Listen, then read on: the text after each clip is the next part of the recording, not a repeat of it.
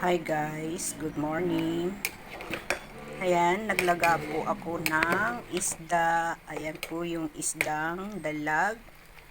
Nag Ayan, sinina po ang tawag dito sa amin. Ayan, masarap na isda po ito guys. Ayan po oh. Sinabawan ko po siya guys para po meron tayong sabaw. So ayan guys po. Lapit na yan po siya maluto, kaya ilagay ko na po yung dahon ng sibuyas.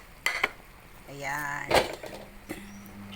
Dahon ng sibuyas.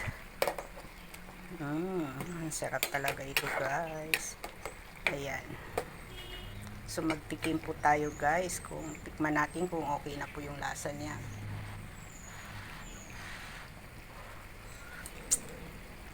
Sarap. Dagan lang natin ng konting asin. Napakasarap talaga, malasa talaga itong isda na ito guys. Mahal po ito dito sa amin, itong dalag na isda. Ayan. Yung apat na ulo ng dalag, tapos nilagyan ko rin siya ng yung mga laman. Para ito, para ngayong tanghalian at para mamayang gabi. So niluto ko na lahat para isang lutuan na lang. Mamayang gabi, kanin na lang ang aking lulutuin dahil ito na rin po yung aming ulam.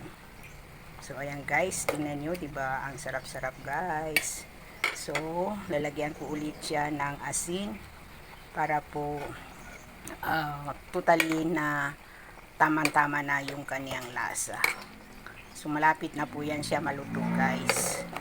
Ayan o, tingnan nyo guys, malapit na po yan siya maluto.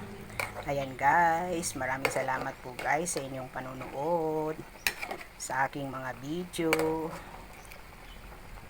Bye bye.